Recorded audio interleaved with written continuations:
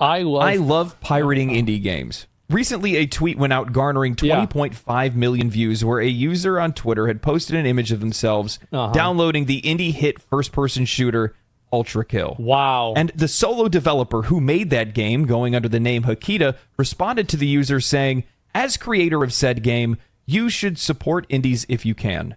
But culture shouldn't exist only for those who can afford it. Ultra Kill wouldn't exist if I hadn't had easy access to movies, music, and games growing up. If you don't have money, you can support via word of mouth." That line of culture shouldn't exist only for those who can afford it is beautiful. It's poetry, and honestly, it couldn't be any more true. Lately, we've heard nothing but these CEOs and gaming industry heads coming out talking about how the industry is shrinking and they're worried about the future of gaming and how they need to appeal to a wider and broader modern audience, and the bell is tolled. It's been ringing loud and clear, and everybody can hear it except for these guys. See, because gamers today have been doing whatever they can by any means necessary to play the games that they want to play. And that's only because these CEOs and the heads of the industry are more concerned with the payers rather than the players. If you've watched any of my videos, then you know this is I think the reason why most people pirate is just because they don't want to spend the money on the game. I think that is the biggest reason. But there's like a lot of other reasons that make that reason easier to come to and easier to do. Like, for example, whenever you have games that have like really oppressive DRM that can sometimes lower performance, it makes it feel better whenever you're pirating, because it's like I'm pirating to avoid something that I feel is intrusive or something that is actively just making the game worse for no reason. Topic that I'm pretty passionate about, I think and that's holding publishers that. and studios accountable for the lies they weave and the graves that they've been digging themselves, all in the name of profit. Yep. Year over year, as the gaming industry has grown and gaming has gotten more popular, it's become less about the players and more about their investors. Marketing minds that are taking control, these profit-seeking vampires with no understanding of how creative industries work. I think the problem really is that it's people in the entertainment industry have been getting into gaming. And gaming and entertainment, like gaming and movies or gaming and TV shows, are two fundamentally very different things. And what ends up happening is that these companies and these people like Disney, I think that's a good example. Like look at, for example, Suicide Squad. And these people get focused on creating special effects, and effectively their goal is to do something that makes the degree that they got in college useful. Whereas what a developer for a game should be doing is making a game that people like playing. And I think that's where the issue is. It's that you have a lot of people that go and, they try to do this stuff, but they're not doing what gamers want. You see what I'm saying? Are wreaking havoc on beloved studios and franchises, bleeding them dry and leaving their carcasses out to be picked by investment vultures. It shouldn't be a surprise to anybody at this point why piracy is on the rise, but let's break it down piece by piece so we understand. Is there any, I don't know if piracy is on the rise. Is that actually true? Where can we see the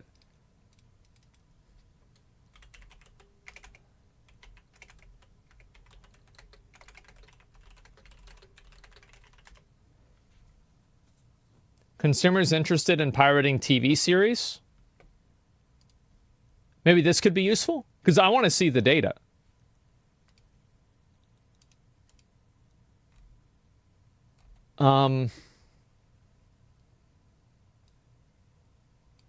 Since streaming content's become increasingly favored over buying physical content, music and streaming services become more widespread. Over half of global internet users access music through copyright infringement. Yeah, but that could be, copyright infringement could be like an unauthorized YouTube upload. Yeah, I'm not seeing a whole lot about this. Visits to piracy websites have increased in the last 12% for the last 4 years. That's hard for me really to gauge. Piracy is back. Fuck, where are the graphs? God damn it. I just wanted to see graphs. Search video game piracy statistics? Well, I would assume that piracy statistics are going to be somewhat related, right? Why this is going on, and why it's going to get bigger and why trying to stop it is the worst choice that these companies can make. This morning, another major food company getting set to raise prices at the grocery store. The Business Insider headline says it all. Millennials are getting priced out of cities, and researchers don't necessarily think the trend will change. It's not the news drivers wanted to wake up to Wednesday morning as gas prices in California hit a record high. Recently, unemployed full-time workers applied to an average of 30 jobs, only to receive an average of 4 callbacks or responses. While this is what's happening in the U.S., this is happening all across the world. Plain and simple, money is tight, and while it might not be tight for everyone, it might not be tight for you, it's rough for a lot of people right now. As an example, when games like Ubisoft's Assassin's Creed Shadows and Star Wars Outlaws are selling for $130... Well, I think this can be it's a huge shock for people because there's some people that do have good jobs that are making, $150,000 a year and they're 25. And it's crazy how mad that makes other people on social media. It's crazy because how bad it is. Because a lot of people just feel like they don't even have a chance or anything like that.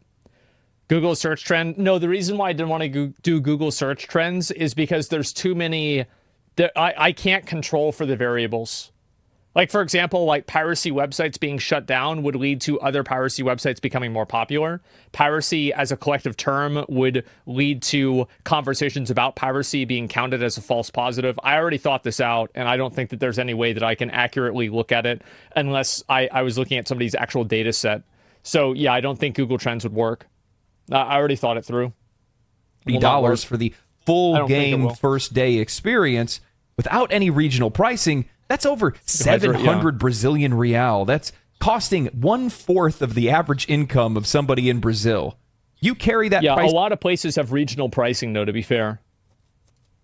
Over to other countries with even lower average incomes and even less valued currencies, and one single game could be something that they could be saving months for. The cost of new video games... Yeah, that's why you have regional pricing for that. Absolutely. It just says the workforce is weak qualifications. I don't know. I think there's a lot of things that it shows simultaneously, right? Would ROM hacks for Game Boy be considered piracy? Well, they, by definition, are piracy. Is it is piracy... I think that piracy is immoral or unethical. I think that's a better way to look at it. Piracy is unethical when you could have purchased it, but you choose not to. If there is an option to purchase this directly from the buyer, then I think that, yes, piracy is unethical. But if there's no option to buy it, then piracy is not unethical. This is significantly impacting low-income consumers and making it more difficult for them to access some of these new releases. As prices for everyday essentials rise due to inflation, the problem is that, I think piracy is bad. And if everybody pirated, the way that I usually look at things is if everybody did this, could the world function? And the truth is that if everybody pirated, then the world could not function and video games would stop being made. So obviously you can't have people pirating. It's a bad thing to do. However, there are a lot of things that are bad to do that people will still do. So you should look at ways to reduce these bad actions. And the way that you do that is by figuring out why those actions occur. Is it because of price? Is it because of distribution? Is it because of marketing? Is it because of what is it, right? And I think that it's probably all of the above in most cases.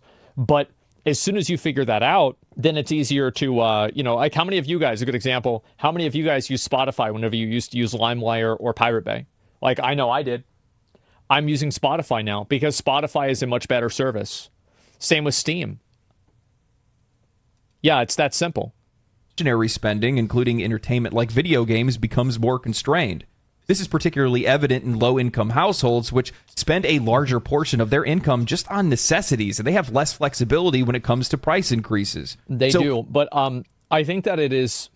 I don't think that you can make an ethical argument that because a person cannot afford an entertainment product, that they have any sort of ethical justification for stealing it. I think that you can very easily make an ethical argument for someone stealing maybe food, right? Which it's a stronger argument. I still don't think it's a good argument, and it's not a functional argument, but it's definitely a much stronger one than entertainment. What is someone to do when a game just isn't accessible for them? Yeah. And even when games are on sale, it's still too expensive. Well, they pirate. Yeah.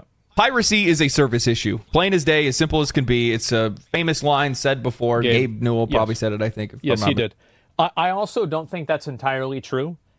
Like, for example, there were things I stole that I could have paid for because it was cheaper to steal them.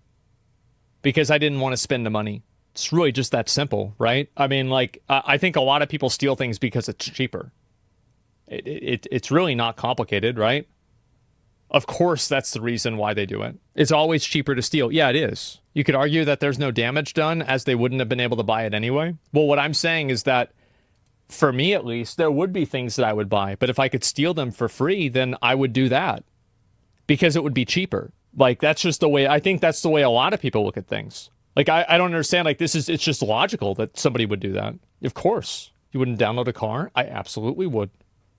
Mistaken or something like that. But what's going on right now is that there is a severe lack of regional pricing in the industry. There's a lot of games that are out there that are not fairly priced in every region, and as such, there's a lot of players. And I think also, like, as a counterpoint to what I said, and not really a counterpoint, but as a, like, contextualization, I think that lost sales due to piracy are less than 5% of revenue, and I would even argue that it's probably less than 1% for the majority of games. So it's bad, but piracy for video games isn't moving the needle on whether video games are getting more expensive or not. It has nothing to do with it. That are out there that just don't have access to these games. It's not realistic for them to be able to afford any of these. And I realize there's going to be some people that are going to hop in and go, hey, Mr. Streberry YouTube guy, look here. Somebody says defending multi-million-dollar companies is insane even for you. Over 75% of games are shit, and I will pirate from those companies all day. So that logic doesn't work. I understand that, like, a lot of people like to use that type of thinking as like, oh, well, it's okay to steal from them because they have a lot of money. Well, there's somebody who thinks that about you, and if they stole from you, you'd be angry. And you would say, well, no, I don't have a lot of money. Well, what if they say the same thing whenever you steal from them? You can't steal from people because you've created an arbitrary, like, line of, like, things that you think are acceptable. And it's like, what a great and convenient reality that I live in, that I have somehow convinced myself that the times whenever I'm stealing is good and the times whenever other people are stealing is bad. Like, what are we talking about here? What is this? Like, how convenient? No, just because the company is rich doesn't mean that you're able to steal from them morally. That's outrageous. And I think if it was applied directly to you, if a homeless person thought that about you, you'd be furious. You'd be calling the police. You don't really believe this. You only believe it whenever it's advantageous to you. There's tons of cheaper games that are out there. There's indie games that are out there. There's free-to-play games, man. There's free-to-play games. And well, you're right. There are free-to-play options. You got games like Warframe or Genshin Impact or Fortnite and stuff like that. And while that stuff can work, keep in mind at the exact same time, a lot of games like that are built to take advantage of those kind of people. Not all of them, but a lot of them are. And what I mean by that is that it's much easier to get somebody to spend $3, $5, maybe $10 than it is to get them to spend $70 or $130. It's a way for them to be able to capture some of those sales that they haven't been able to get because some of those people can't spend that much money, but we can nickel and dime them. That's much easier to do. That's the part of the it's easier. Like, whenever you're broke, it's easy to get $5 and it's really hard to get $50. Right? It's just the way it goes. Easy come, easy go. Why should I use any morality towards these companies that clearly make immoral choices daily? Because anybody can use that line of argumentation on anybody else based off of an arbitrary set of criteria that nobody has to agree on.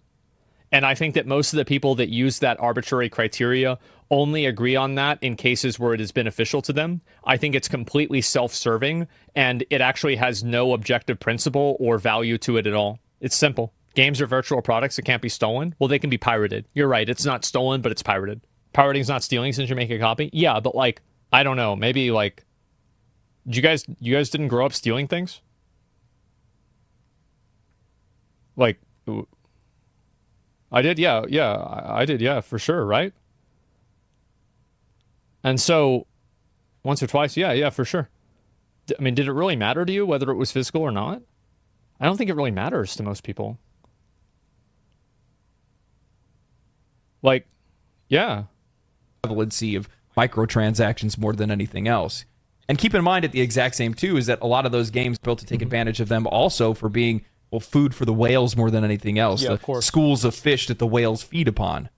And one of the things that's kind of bothering me lately, especially thinking about when people point to free-to-play games for folks that don't have a lot of money, is that I'm wondering if a lot of this regional price locking isn't put in place specifically to try to drive those players into their free-to-play games in the first place. I don't think that's the case, because also those free-to-play players have a lower rate of spend on the free-to-play games. Because, like, for example, like a lot of the people in, like, you know, a South American country, like, I'm not really up to date, but I'm sure there's some of them that have bad economies right now. Like, if it's Argentina, still has a bad economy, I don't know. But they don't have the money to spend, right? Like, they're not going to be able to ever spend the amount of money that a person in a third world country or a first world country is going to be able to spend, right? Like a person in Sweden, you know, you take 100 people from, you know, a South American, you know, like kind of mediocre country, and then 100 people from Sweden or New York or, you know, California or Japan. And, you know, let's be honest, who do you think's spending more money? So, yeah, I think that's just the way it is. The reason being is because the more players that are there and the more players that aren't spending a lot of money that are there gives more fish for the whales to feed on. And also on top of that, it emboldens the prices and emboldens the purchases that a lot of these whales will end up paying for because of the fact that there's more people to be able to show off their skins to, more people to beat them in PvP, yes, more people to show off their characters to, and whatever else.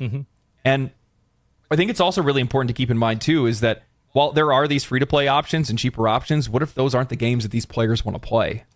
I would argue that if you don't want to play something, you have no moral justification in stealing it just because you want to steal it. There is no ethical and moral justification to do that whatsoever. You can't. Like, there's no, like, you can't do it. I mean, I don't think there's ever a moral or ethical justification for stealing. I think there are instances where there are, but this is certainly not one of them. Not for an entertainment product. Studies have shown that piracy does not affect sales, and that's what I'm saying, right? Is like all of this is all beside the point. Like if people are actually pirating games, like pirating games can be, it can be complicated to do. Like I know that I pirated games before. Like it's complicated to do, and I would say that if you look at the average gamer population, I would say less than 10% of people that are in the total audience of gamers has the technical skills to pirate something. And if you don't believe me, you didn't work in IT. I did. I did it for my school for 2 years. Man.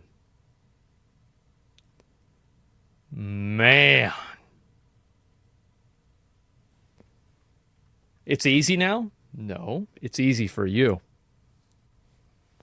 Another key issue that's becoming more apparent year over year is digital only and online only.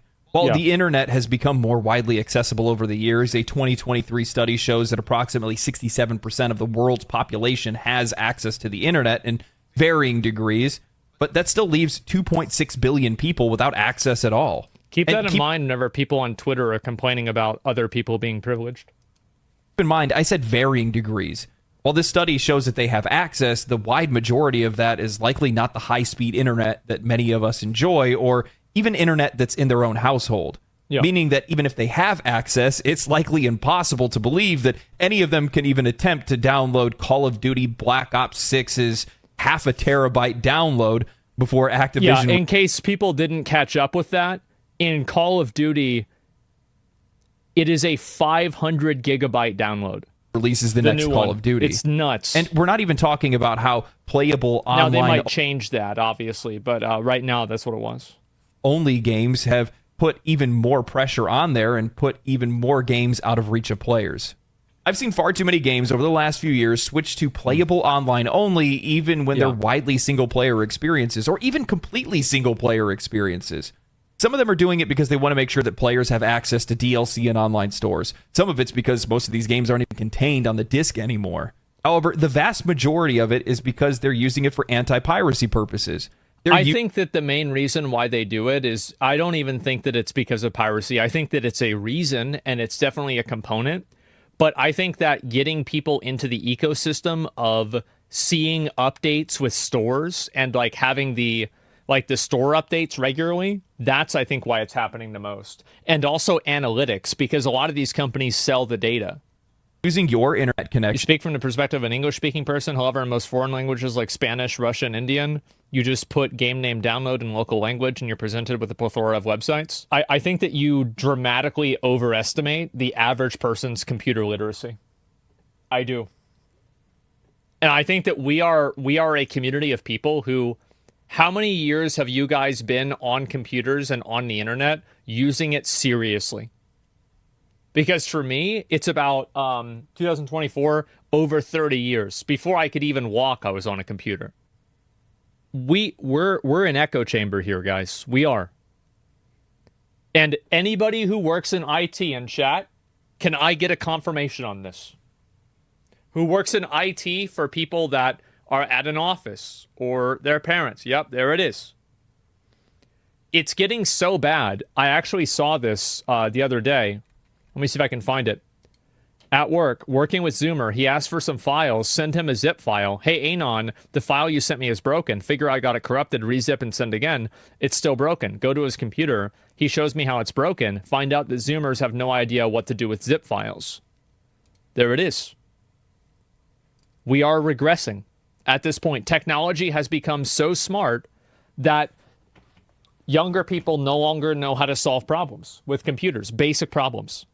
To verify your purchase and your license and give you access to the game, which, I'll be honest, I think is something that is only directly serving to exacerbate this issue of lower than projected sales that many of these companies have been pointing to.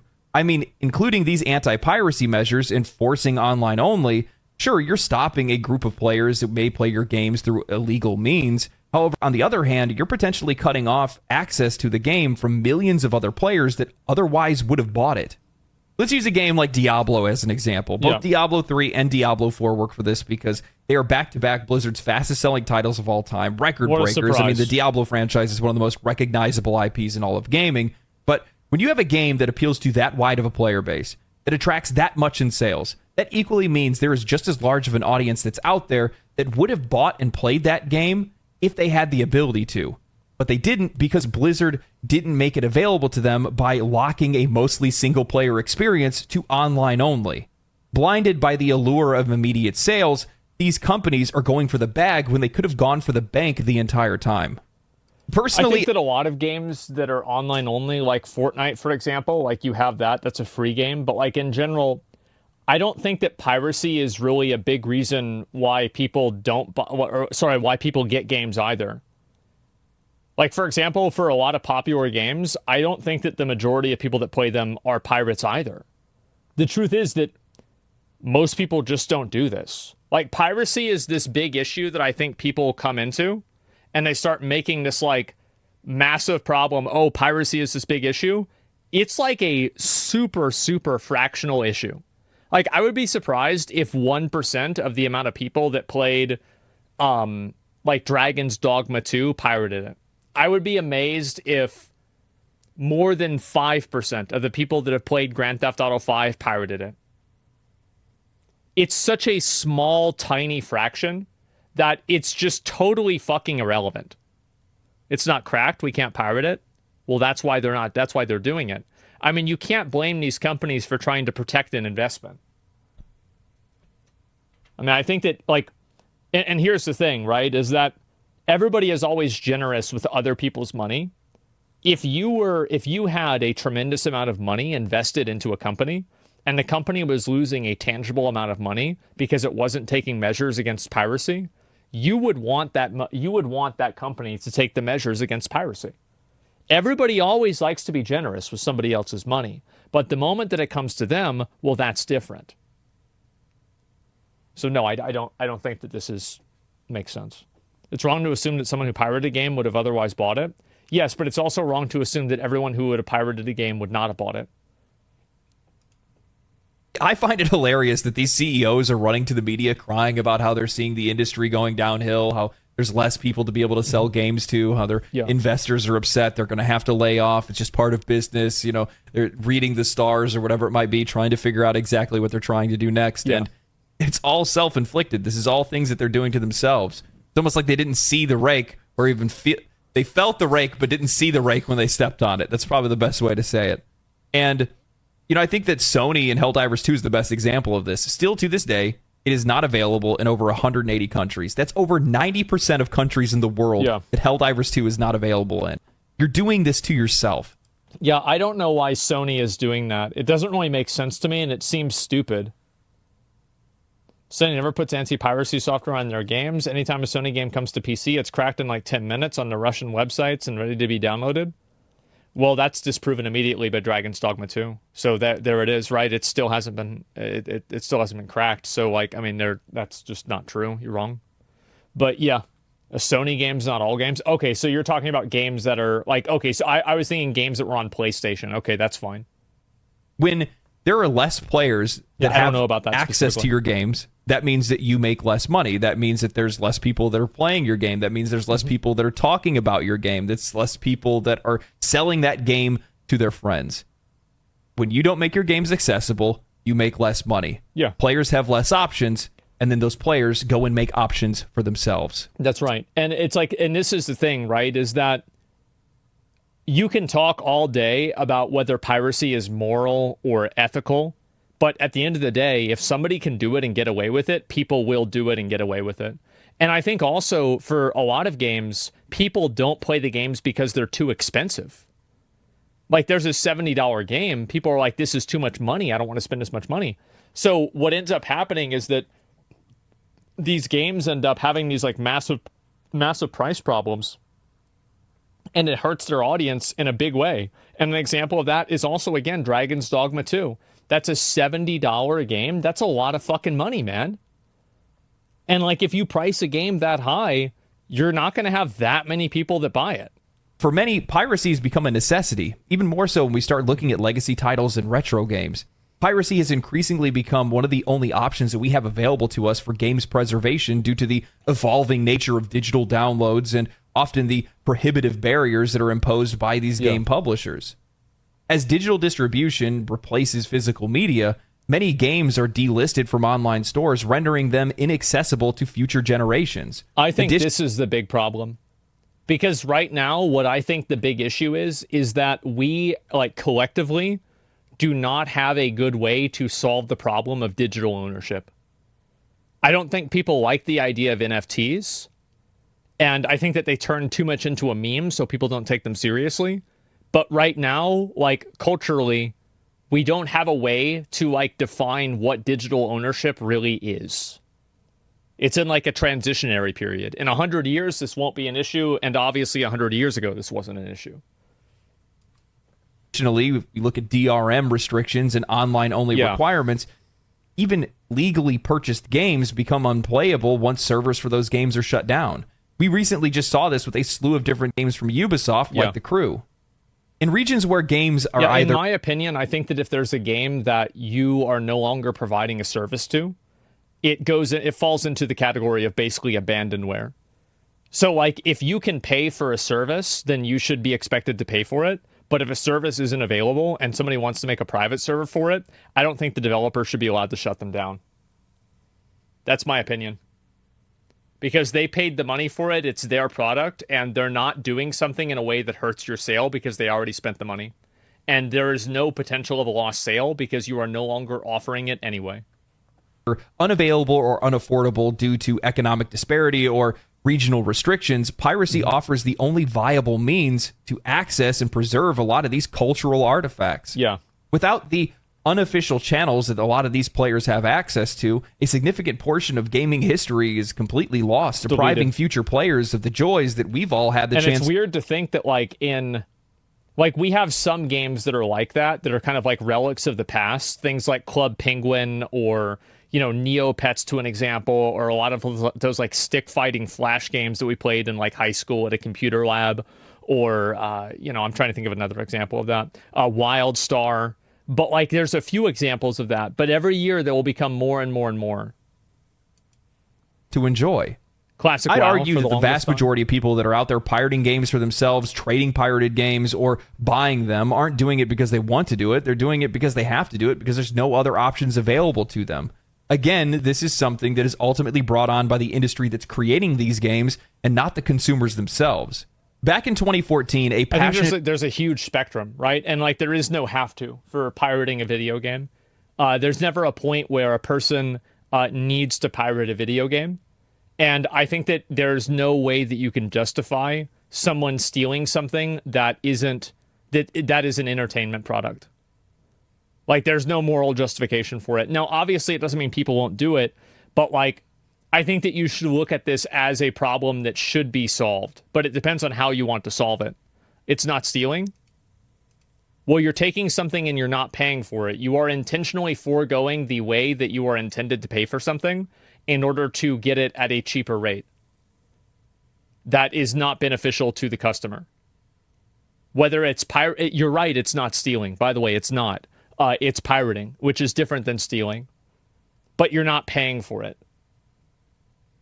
Why do people try to justify? Like, just own it? Yeah, exactly. Yeah, I don't care about the morality. Yeah, that's fine. How the fuck is it stealing if no one's selling it? If buying isn't owning, then pirating isn't stealing? Are you retarded? Of course buying isn't owning. Of course stealing isn't pirating. They're different words. That's why they're two different words. He said the meme. Yeah, I know. Fan of the game PT, which is Playable Teaser, a critically acclaimed horror demo that was made by Hideo Kojima, found themselves in a difficult situation.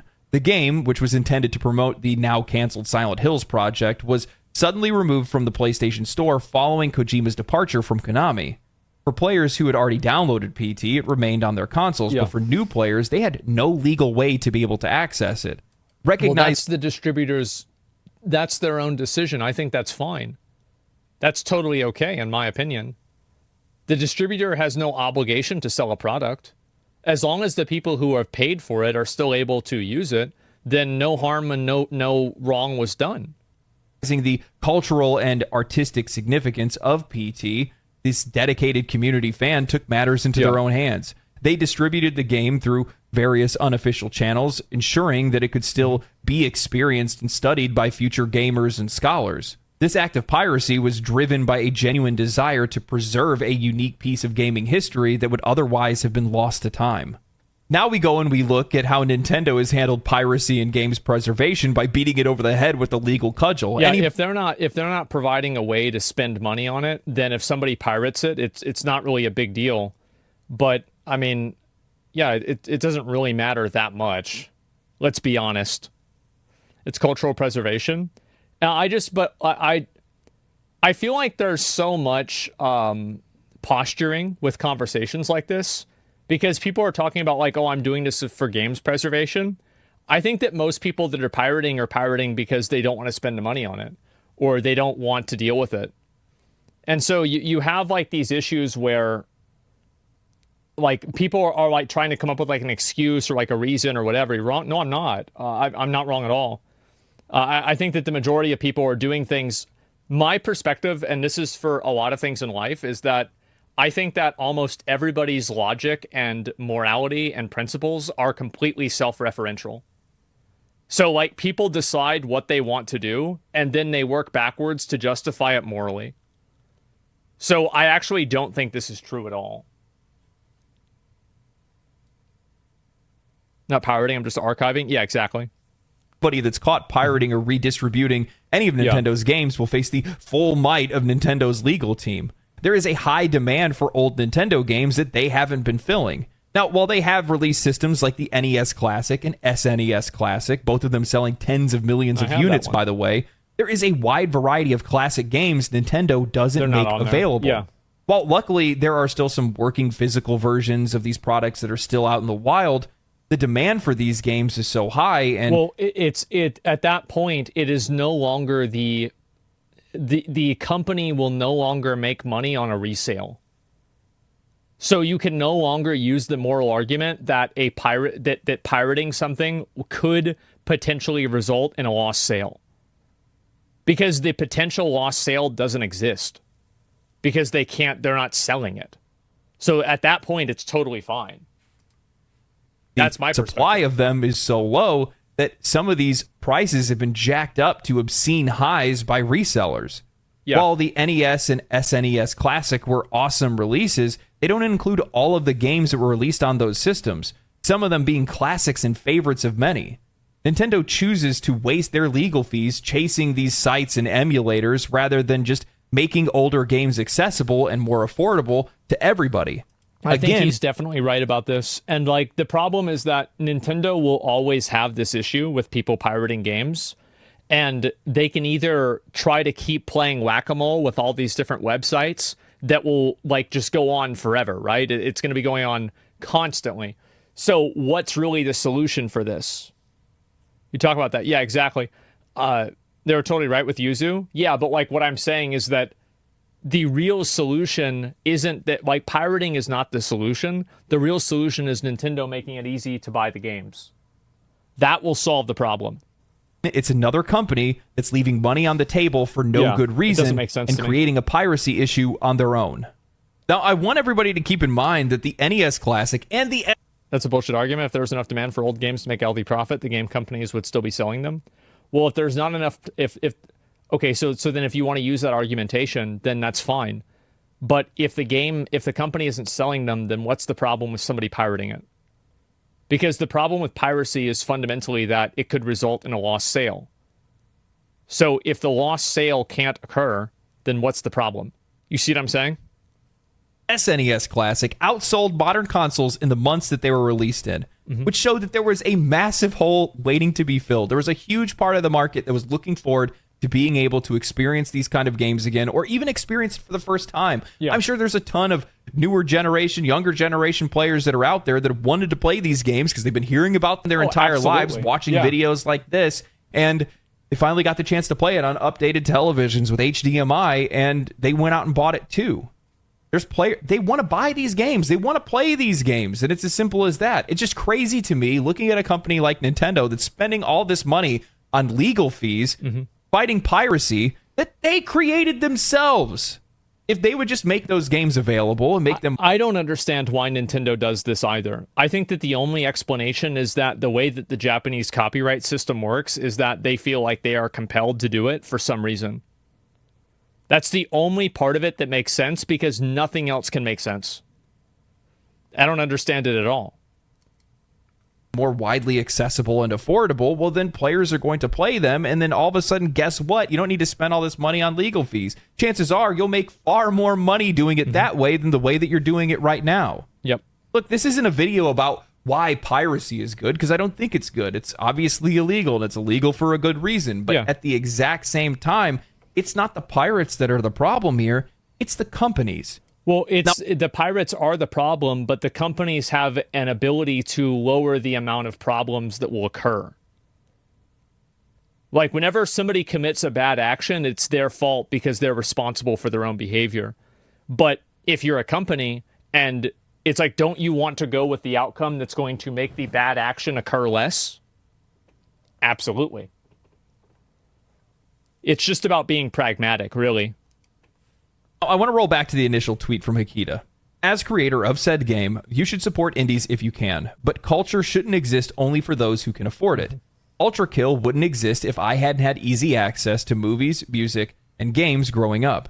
If you don't have money, you can support via word of mouth. Now, while I'm sure there are those that are out there that believe that those of low income or low income countries have a lot more to worry about than video games, Hikita is right. Status shouldn't be a barrier to happiness and culture, especially when that barrier is artificial. Games can be cheaper, games can be more available, and artificial restrictions that are imposed by the industry shouldn't have any bearing on somebody's access to enjoyment, education, and art. I think he also points out something else. Yeah, I think there's also, like, this is something that's true until it's a company that you are invested in or a place that you work at. And what ends up happening is that if this issue becomes big enough and people lose their jobs, well, then that hurts a lot of people, right? And I think it's like being generous with other people's money. I don't think it's a good idea. Like, if somebody doesn't care about piracy, then that's good for them, right? That's fine. But I don't think that you can expect somebody to not care about it. Ultra Kill is $25, not expensive at all. Yeah, no doubt. Would you work for a company for less money if the product were cheaper to the public? Well, it depends on what the money is, right? They see it as a potentially delayed sale, aka safekeeping the potential re-release of a game. Yeah, maybe, I don't know. It should fall under public domain if the company is no longer providing distribution and server upkeep. At a certain point, yeah, I would say so. I'd like to know if there's an argument for selling games low rather than $40 for $80 with twice as many games sell. You're talking about price demand. I don't know. Like, I mean, that goes to their economics. You'd have to figure it out for yourself for each individual one. So yeah, spoke about how Steam lowered prices in region to region in Brazil. This decreased piracy a bunch. Yeah, it did. And that's the thing, right? Is that, like, I don't think that there's any justification for doing it, but that's a separate issue than how can you make this happen less? Because, like, there's no justification for stealing, but people steal things.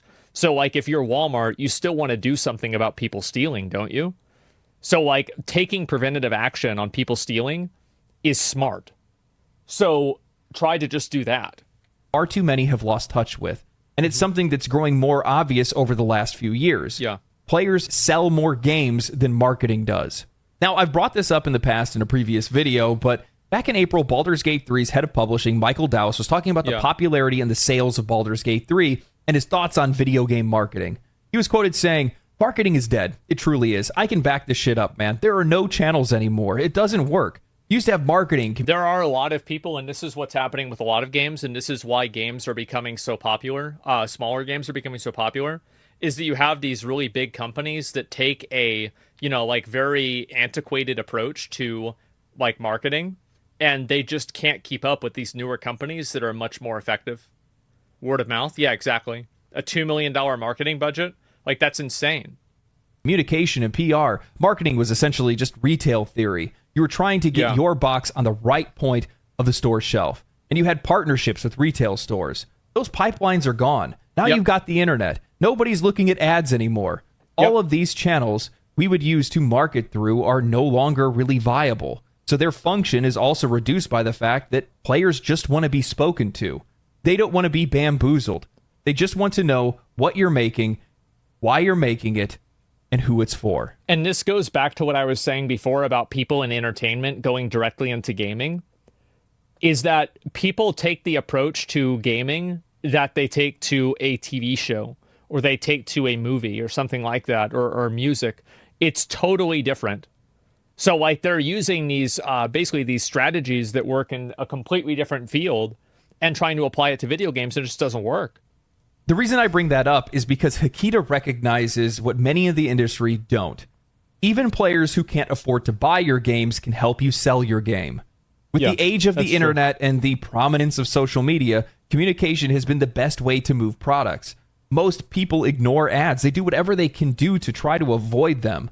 The more players that are talking about your game... The truth is that as somebody who's run a YouTube channel for 10 years, the percentage of people that are using ad block has actually gone down substantially. In 2014, it was like 80%, and now it's like 85%, and now it's like 60 to 70%.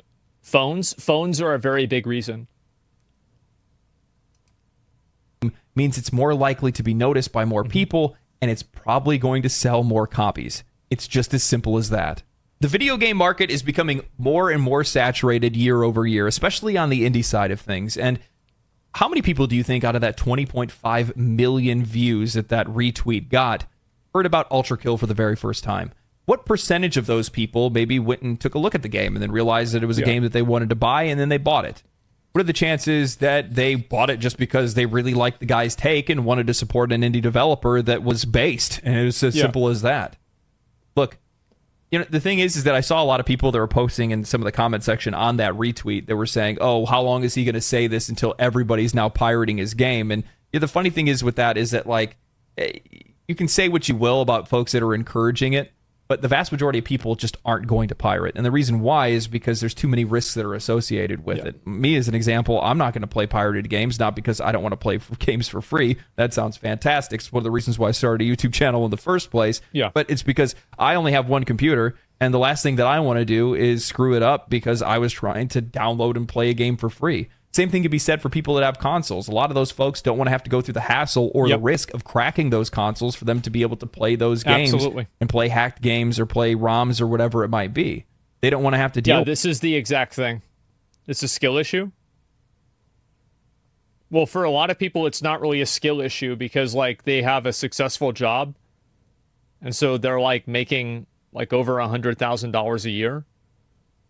And so they don't really have the time or effort or energy or motivation to do this. So like you're telling somebody with a successful job and career that it's a skill issue because they can't pirate a video game that you can't afford. Think about what you're doing. With it. They don't have to deal with the risk. Even more so, a lot of folks that are out there are playing games. They're playing them with friends, and the last thing they want to do is not be able to play with their friends online if they do have online access. So, like, the general consumer market isn't going to be interested in pirating games because it's too risky and it's too much of a hassle. The vast majority of those people are just going to want to go and just play the game. They're going to want to go and buy it. It's as simple as that. And this is a service issue at the end. It's really like piracy, again, it's such a small problem. It's a tiny, tiny, tiny problem. It is, I think, probably less than 1% of revenue that's like changed because of piracy. I don't think that anti-piracy measures, like, yeah, sure, they work and everything. Yeah, obviously they work. Like, people wouldn't keep using them if they didn't work. But at the end of the day, it's very, very negligible. Super negligible. Of the day. It has nothing to do with the pirates. Piracy should be illegal. It's illegal for a good reason. But at the exact same time, this is an issue that's created by the companies that are making these games, and it's something that they have to fix. Players are going to find solutions for themselves. Consumers always find solutions for themselves. It's as simple as that. Yeah, of course. That's just the way it is. If you're not going to provide me with the service that I require, I'm going to go find it from somebody else. Yeah. That's what we do. If you're not going to sell me something for the price that I need you to sell it to me for, then I'm either going to wait or go buy it from somebody that's going to give me a better deal. And that's exactly what's going on right now. These companies are not filling needs that are in the market. And more, they keep complaining about the industry going downhill, and it's them that are making these games less available. You want to make all the money? It's such a tiny fucking fraction. It's so infinitesimal. Like, I don't understand why people get so fixated around this. Like, I can understand why companies come out with anti-piracy measures. And I think, again, if you were losing money because your company or wherever you have your money invested wasn't using anti-piracy measures, you'd want them to use them too. So, like, again, everybody is always generous with somebody else's money. However, at the same time, anti-piracy measures you're stopping 1% to 2% of people.